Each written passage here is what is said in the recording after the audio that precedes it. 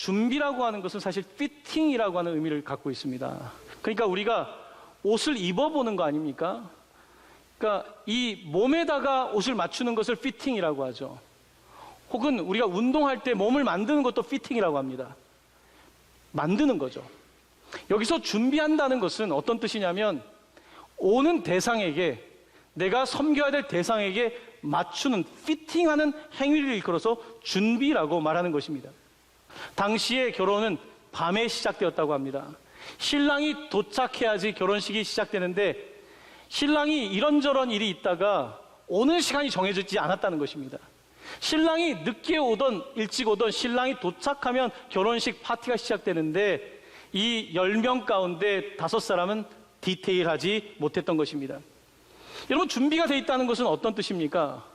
운동선수가 준비되어 있다는 건 어떤 뜻입니까? 자, 국가대표 축구팀에서 준비가 되어 있다는 것은 그 선수가 감독이 콜하면 언제든지 게임에 들어가서 뛸 수 있는 것이 핏되어 있는 것입니다. 준비가 되어 있는 것입니다.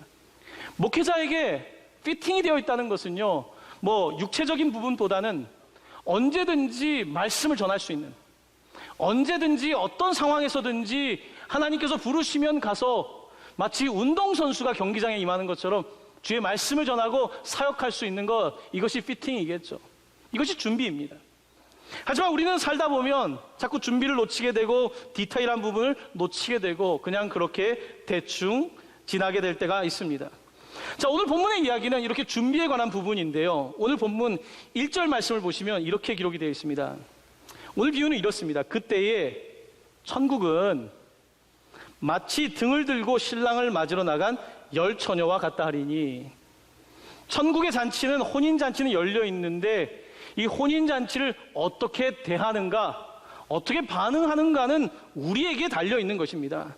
그런데 이 천국에 대한 반응이 두 부류가 다르게 나타나고 있는 것을 보게 되는 것입니다. 자, 오늘 본문에 2절부터 4절까지 이 다른 반응을 우리 이미 알고 있지만 다시 한번 2절부터 4절까지의 말씀을 읽어보기를 원합니다. 그 중에 5은 미련하고 5은 슬기 있는 자라. 미련한 자들은 등을 가지되 기름을 가지지 아니하고 슬기 있는 자들은 그릇에 기름을 담아 등과 함께 가져갔더니. 그렇습니다. 차이는 준비의 차이입니다. 여기서 어리석다 혹은 슬기롭다는 단어가 마태복음에서 똑같이 사용되는 그 장이 있습니다. 7장인데요. 여러분 잘 아는 내용입니다. 하나님의 말씀을 듣고 준행하는 사람은 반석 위에 집을 지은 지혜로운 사람, 슬기로운 사람 같고, 하나님의 말씀을 듣고도 준행하지 않는 사람은 모래 위에 집을 세운 미련한 사람 혹은 어리석은 사람 같다. 이 단어가 같이 마태복음 7장에서 사용되고 있는 것을 보게 됩니다. 자, 오늘 본문이 우리에게 말하고 있는 그 지혜 있는 자 혹은 슬기로운 자 혹은 미련한 자, 어리석은 자의 차이점은 미래를 살아가는 우리들이 현재 어떻게 준비하고 있는가에 달려 있다는 것입니다. 인생을 설계하는 데 있어서 미래만 말하는 사람, 비전만 말하는 사람, 지혜로운 사람 아닙니다. 미래를 말하면서 어떻게 준비하고 있는가, 이것이 우리에게 중요한 숙제이겠죠. 저희 동강교회는 통일을, 제가 수년 전에 어떻게 북한에 선교하는 것이 쉽지가 않아서 일단 작게나마 저희들이 해마다 통일기금을 준비하고 있습니다. 그거는 단순합니다. 큰 액수는 아니지만 어떻게 준비해야 될까, 분명히 그때가 되면 올 텐데, 통일이 이루어질 텐데 어떻게 해야 될까 조금씩 준비하는 거죠. 기도로 준비하고 물질로 준비하는 것, 미래에 있을 사건을 그냥 그대로 두는 것이 아니라 무언가 현재 하고 있는 것을 일컬어 준비라고 말하는 것입니다. 오늘 본문에 보면 준비라는 단어가요, 이렇게 사용하는데 10절 말씀입니다. 준비라는 단어가 아주 명확하게 이렇게 사용되고 있습니다. 10절 말씀 저와 함께 봉독합니다. 그들이 사러 간 사이에 신랑이 오므로 준비하였던 자들은 함께 혼인잔치에 들어가고 문은 닫힌지라. 아멘. 준비한 사람이 결국은 혼인잔치에 들어갔다라고 말합니다. 여러분, 준비라고 하는 것은요, 때때로 지나치게 준비할 때가 있긴 있죠. 하지만 여러분, 지금 중요한 외교적인 안건이 있고 정말 중요한 안보가 걸려 있을 때에 대충 준비한다는 것은요, 그것은 내 손해입니다. 준비라고 하는 것은 디테일해야 되는 것입니다. 디테일해야지 사고가 안 나는 거예요. 운동선수가 디테일하게 월드컵 경기를 준비해야 되고 올림픽을 준비해야 되는 것이고요. 우리 모두 각자에게 주어진 일 속에서 조금 더 디테일하게 준비해야 되는 것입니다. 하지만 오늘 본문 가운데에 이 미련한 여인들은 사람이 나쁘다기보다는 조금 더 디테일하지 못했던 거죠. 조금 더 작은 것에 관심을 기울이지 못했기 때문에 이들이 문제를 겪게 된 것입니다. 오늘 본문을 보면요, 이 5명의 슬기로운 처녀와 5명의 미련한 처녀는 서로 다르지가 않습니다. 여러분, 보통 외국의 결혼식을 보면 들러리들은 같은 색 드레스를 입고 있습니다. 왜냐하면 신부가 드러나 있기 때문에 신부의 친구들이 더 화려한 드레스를 입으면 안 돼요. 같은 드레스를 입고요, 비슷하게 단장을 하고 있습니다. 하지만 신부를 더 띄워주기 위한 들러리인 거예요. 자, 그런데 이들이 똑같이 옷을 입고 다 똑같이 등불을 들고 있는데 차이가 드러나지 않습니다. 자, 그런데 차이가 밤이 깊어지고 등불이 꺼질 때가 되니까 차이가 드러나는 거예요. 심지어 이들은요, 졸고 자는 것도 똑같았습니다. 여러분, 성경 말씀을 한번 보십시오. 25장 5절을 보면 이렇게 기록되어 있습니다. 우리 한번 5절 같이 읽어볼까요? 시작. 신랑이 더디 오므로 다 졸며 잘세. 네, 다 졸며 잤답니다. 슬기로운 처녀도 졸았고 침 흘리면서 잔 거예요. 다른 게 하나도 없습니다. 그러면 다른 게 뭘까요? 딱 한 가지입니다. 그것은 바로 엑스트라, 기름을 더 여분을 가지고 있는가의 차이가 결정적인 차이였습니다. 여분의 기름을 준비하는데 많은 시간이 걸렸을까요? 그렇지 않았을 겁니다. 디테일, 약간의 차이를 더 보고 준비하는 데 있어서 차이가 났던 것을 보게 됩니다. 준비. 여러분, 우리는 지금 천국을 맞이하는 우리의 준비 자세에 대해서 예수님께서 비유를 말씀하셨는데요, 성경은 흥미롭게 준비라고 하는 단어가 마태복음에 먼저 하나님이 사용하셨다는 것을 보게 됩니다. 여러분들과 함께 마태복음 22장으로 한번 넘어가 보겠습니다. 마태복음 22장 성경을 찾아보십시오. 마태복음 22장을 보면 거기에도 혼인잔치 비유라고 되어 있습니다. 2절 말씀을 한번 보시면 이렇게 되어 있습니다. 천국은 마치 자기 아들을 위하여 혼인잔치를 베푼 어떤 임금과 같으니. 자, 준비를 여인들이 준비한 게 아니라 누가 먼저 준비했냐면 하나님 아버지가 먼저 준비하신 것입니다. 4절 말씀 한번 읽어볼까요? 같이 시작. 다시 다른 종들을 보내며 이르되 청한 사람들에게 이르기를 내가 오찬을 준비하되 나의 소와 살진 짐승을 잡고 모든 것을 갖추었으니 혼인잔치에 오소서 하라 하였더니. 아멘. 저는 이제 이 준비라고 하는 단어에 제가 이번 말씀에 꽂혔다 그랬죠. 이 준비라고 하는 단어를 찾아서 마태복음을 읽다 보니까 이 준비라는 단어가 가장 먼저 사용된 것은 바로 이 마태복음 22장이었습니다. 먼저 혼인잔치가 준비된 거예요. 먼저 하나님께서 이 잔치를 준비해 주신 거예요. 하나님께서 아들을 예수 그리스도를 이 땅에 보내주시는 준비를 하나님께서 하신 거예요. 오늘 읽은 것처럼 오찬을 잘 준비했던 이 혼인잔치의 호스트처럼 소와 살찐 짐승을 잡고 4절 말씀에 모든 것을 갖추었으니라고 되어 있습니다. 하나님께서 모든 것을 갖추셨다는 것입니다.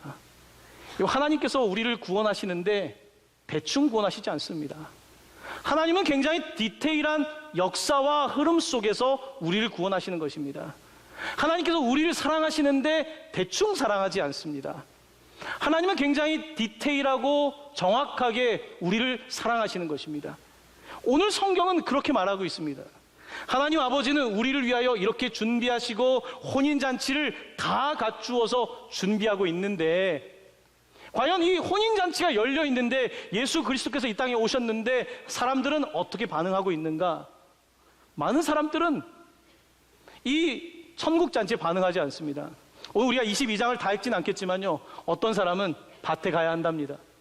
어떤 사람은 내 사업장에 가야 한다고 합니다. 어떤 사람은 초대를 받았는데요, 예복을 안 입고 대충 오게 되었던 것입니다.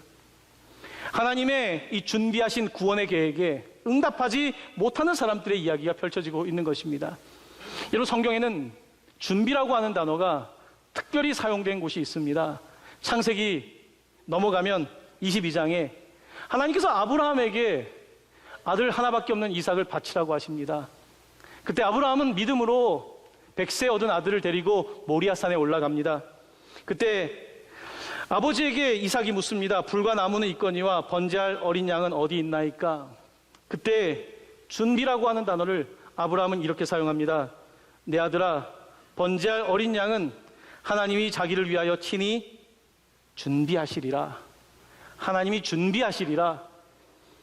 그리고 이곳에서 이제 아들을 드리고 예배를 드릴 때에 아브라함이 준비한 거죠. 하나님의 말씀에 따라서 철저하게 아들을 드리는 준비까지 했던 이 아브라함의 예배 가운데에 이때의 준비라고 하는 단어는 이렇게 사용됩니다. 창세기 22장 14절은 이렇습니다. 아브라함이 그 땅, 그 모리아산이 있던 그 땅 이름을 여호와 이레라 하였으므로 오늘날까지 사람들이 이르기를 여호와의 산에서 뭘까요? 준비되리라 하더라. 아멘. 이게 여호와 이레입니다. 여러분, 성경은 처음부터 우리에게 우리가 우리의 구원을 준비한다고 말하지 않습니다. 우리가 그렇게 합당하게 준비할 수 있는 사람이라고 말하지 않습니다. 성경은 하나님께서 준비하신다는 겁니다. 이삭을 바칠 때 하나님은 더 준비하신 거예요. 아브라함은 이삭을 바치기 위해서 많이 준비했습니다. 나무도 준비했고 불도 준비했고 가장 사랑하는 아들까지 준비했습니다. 하지만 하나님께서는 더 준비하셨어요. 하나님의 마음엔 무엇이 있습니까? 아브라함이 이삭을 바치기 전에 하나님의 구원의 역사 가운데는 하나밖에 없는 아들 예수 그리스도를 이 땅에 내어주실 계획이 이미 그에게 준비되었던 것입니다.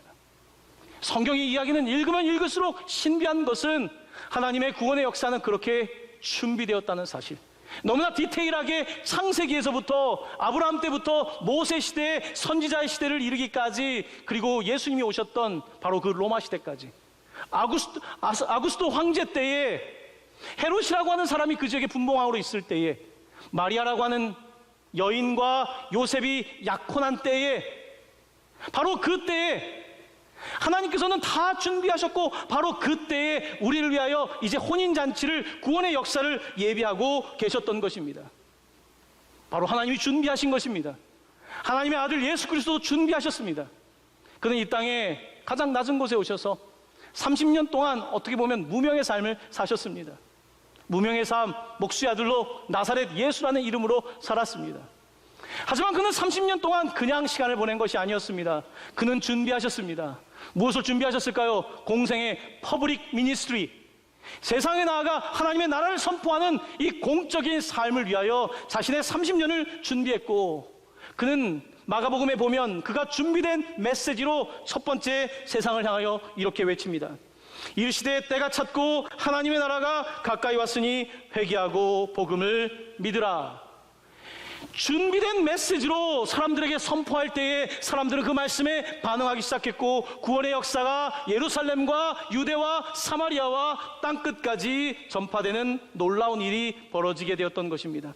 바로 하나님의 준비가 이렇게 완성되어지는 모습인 것입니다. 하지만 우리는 어떻습니까? 우리의 등불은 어떻습니까? 우리의 등불, 여러분, 신앙생활 한다는 것은 우리 다 지금 등불을 들고 있어요. 지금은 우리에게 어려움이 없기 때문에 등불이 켜져 있죠.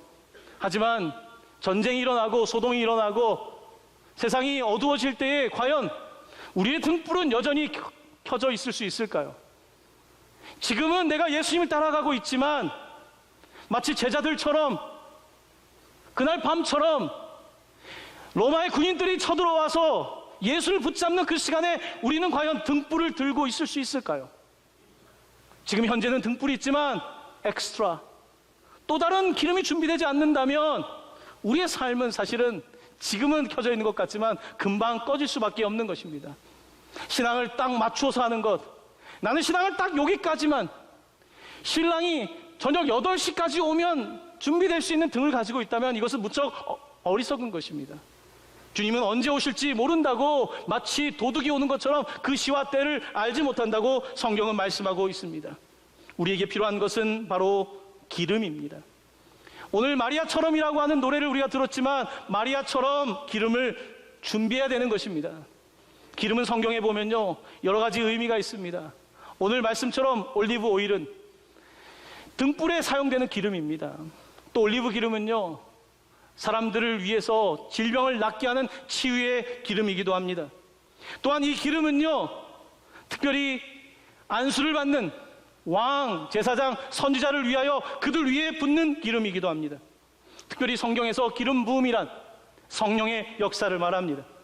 성령의 기름 부으심, 이것을 우리는 바로 불타는 등불처럼 바로 이것을 우리는 기름이라고 부르고 있는 것입니다. 우리의 등에 기름을 준비해야 합니다. 기름을 준비하지 않으면 그때에 우리는 등불을 밝힐 수 없을 것이기 때문입니다. 여러분, 예수님께서는 이 땅에 오셔서 30년을 준비하셔서 3년 동안 공생애를 사시고 이제 그에게 마지막 남은 준비가 있었습니다. 그것은 바로 십자가의 준비였습니다. 십자가에 매달려야 되는 그 준비는 예수님의 준비 가운데 가장 어려웠던 준비입니다. 예수님이 이 준비를 위하여 기름 짜는 곳이라고 불려지는 겟세마네에 가셨습니다. 겟세마네는 올리브산 혹은 감람산에 있는, 겟세마네라고 하는 이름의 뜻은 기름 짜는 곳입니다. 예수님께서는 겟세마네 동산에서 기름을 짜십니다. 여러분, 올리브 짜서 기름 몇 방울 나오겠습니까? 예수님께서는 그곳에서 마지막 십자가를 위하여 준비하시며 기름을 짜십니다. 기도의 기름을 짭니다. 목숨을 다하여 마치 땀방울이 핏방울이 되듯이 그는 기도하시며 아버지, 이 잔을 내게서 옮겨달라고, 하지만 아버지의 뜻대로 해달라는 기도를 드리십니다. 그것이 바로 예수님의 준비, 그 준비가 이제 다 이루어진 거예요. 그래서 예수님께서는 십자가 위에서 돌아가시면서 마지막으로 말씀하십니다. It is finished. 다 이루었다. 이제 결혼 모든 준비가 끝났다. 이제 누구든지 예수의 이름을 부르는 사람들은 구원을 받게 될 것이다. 이제 모든 것은 끝났다. 그가 선포하셨던 것입니다. 이 구원은 대충해서 된 것이 아닙니다. 하나님은 대충 하시는 분이 아닙니다. 하나님은 아주 자세하게 우리의 삶을 아시고 보시고 우리에게 맞게 다가오셔서 구원의 역사를 베푸시는 그와 같은 디테일한 사랑의 하나님이신 것입니다. 바로 그를 우리가 주님으로 모셨기에 우리도 그를 모시기 위하여 준비되어야 하는 것입니다. 준비 없이 그를 맞는 것은 아직까지 신랑을 사랑하지 않는 것입니다. 준비되지 않은 상태로 하나님을 기다리는 것은 우리의 사랑이 아직까지 세상에 더 있는 것이고 나에게 있는 것이고 무언가 다른 것에 있는 것입니다. 그렇습니다. 오늘 말씀은 우리에게 준비하라고 말합니다. 제가 얼마 전에 미국 선교사님이 운영하는 한 대안학교를 방문할 기회가 있었습니다. 크지 않은 학교인데요, 그 선교사님을 만나서 이런저런 대화를 하고 학교가 돌아가는 모습들을 보면서 이 미국 사람들이 다 그렇진 않지만 이 선교사님의 디테일한 준비에 좀 놀랐습니다. 그 당시에는 트럼프와 김정은 사이에 전쟁에 대한 서로 위협이, 그 공방이 가장 치열했던 때입니다. 제가 갔을 때, 목사님, 학교에서 가장 중요한 것은 뭘까요? 안전이었습니다. 선생님의, 그 교장 선생님에게는. 그래서 전쟁이 일어나면 우리 아이들이 피할 대피소가 A 대피소와 B 대피소와 이런 게 있다고 하면서 저에게 홈페이지에 가시면 목사님이 있는 교회에도 대피소가 있으니까 목사님 이것을 먼저 해야 합니다. 그리고 저를 또 데리고 가서요, 큰 투명 박스에서 먹을 거를 보여주시는 거예요. 목사님, 이것은 전쟁이 나면 우리 아이들이 먹을 식량입니다. 이곳에 있는 주스와 간단하게 먹을 수 있는 이 스낵들은 날짜가 이제 지나기 전에 다 간식으로 소비하고 또 이것을 계속 사서 이곳에 채워 넣습니다. 우리는 아이들의 안전이 가장 중요하다고 생각합니다. 이렇게 이야기를 하는 거예요. 우리는 그렇게까지 느끼지 않지 않습니까? 우리 그렇게까지 준비 안 하지 않습니까? 그런데 이 선교사님은 그렇게 준비하고 있다는 이야기를 합니다. 아마 예수님을 기다리는 것도 마찬가지일 것 같습니다. 예수님 당시, 예수님 사후에 초대교회는 예수님이 금방 다시 돌아올 거라고 생각했습니다. 재림신앙을 가지고 있었습니다. 보통 40년을 그들은 한 세대라고 생각했고 40년 안에 예수님이 오실 거라고 생각했습니다. 지난주에 우리가 함께 읽은 데살로니가 교회는 특별히 예수님께서 이제 곧 오실 거라는 믿음을 가지고 있었습니다. 하지만 예수님이 더 오지 않으시니까 사람들이 이제 잠이 오기 시작하는 것입니다. 눈이 감기기 시작하고 영적으로 더 흐려지기 시작하고 바로 그와 같은 때를 지나가게 된 것입니다. 그런 우리를 위해서일까요? 성경은 예수님이 더디 온다고 말하는 사람들을 위해서 이렇게 말씀하십니다. 베드로후서 3장 8절입니다. 주께는 하루가 1000년 같고 1000년이 하루 같다. 2000년 지났지만 우리에게는 베드로 사도의 이야기입니다. 그 당시에 이미 예수를 기다리고 있지만 참지 못하고 기다리지 못하는 사람들을 향해서 하루가 1000년 같고 1000년이 하루 같다고 말했던 것을 보게 됩니다. 자, 그때 또 사람들이 물어봤을 겁니다. 왜 예수님 안 오십니까? 우리 교회가 이렇게 박해 가운데 고통을 받고 있는데 왜 안 오십니까? 베드로 사도는 제가 방금 전에 읽은 그 구절 밑에 베드로후서 3장 9절에서 이렇게 이야기를 합니다. 한번 같이 찾는 것이 여러분에게 좀 도움이 될 것 같습니다. 베드로후서 3장 9절 말씀 한번 여러분 성경 가지고 계신 분들은 함께 찾기를 원합니다. 베드로후서 3장 9절 말씀입니다. 제가 가진 성경책으로 386페이지입니다. 신약성경 386페이지.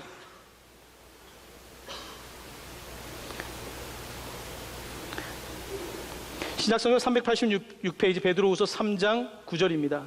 저와 함께 이 말씀 함께 봉독합니다. 주의 약속은 어떤 이들이 더디다고 생각하는 것 같이 더딘 것이 아니라 오직 주께서는 너희를 대하여 오래 참으사 아무도 멸망하지 아니하고 다 회개하기에 이르기를 원하시느니라. 아멘. 하나님께서 준비가 되셨지만 기다리고 있다는 것입니다.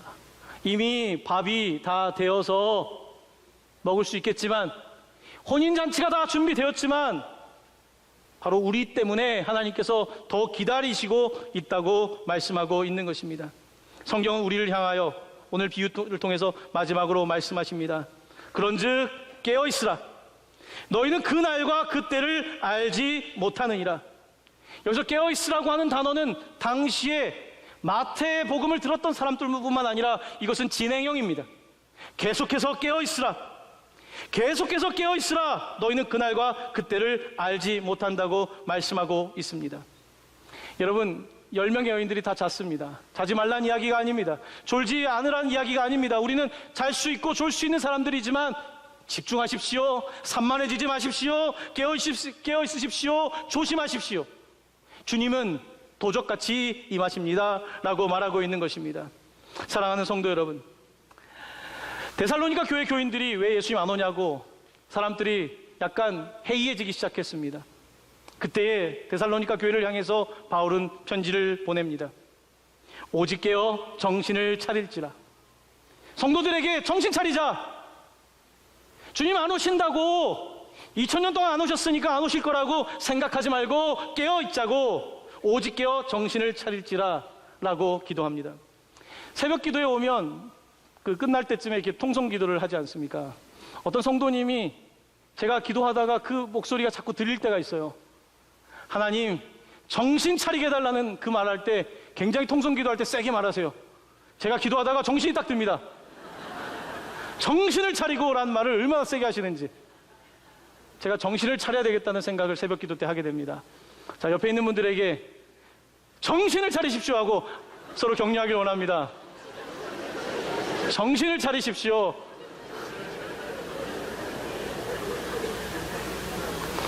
그 정도에서 정신이 들겠습니까? 그 정도에서 정신이 들겠습니까? 다시 한번 이번에는 너무 정신 차리라고 세게 이야기하면 좀 그러니까 따뜻한 목소리로 정신 차리세요 라고 서로 인사하겠습니다. 정신 차리세요. 네, 깨어서 정신 차리세요. 네. 오늘 우리가 함께 이 말씀을 통해서 정신도 차리고 기름, 이거 기름 우리가 못 채웁니다. 신앙생활 우리가 못 채웁니다. 성령님께서 채우시는 것입니다. 성령의 기름을 채워 주시옵소서. 계속해서 탈 수 있도록 채워달라고 기도하시며 은혜 가운데 나아가는 여러분 되시기를 예수님의 이름으로 간절히 축원합니다. 아멘.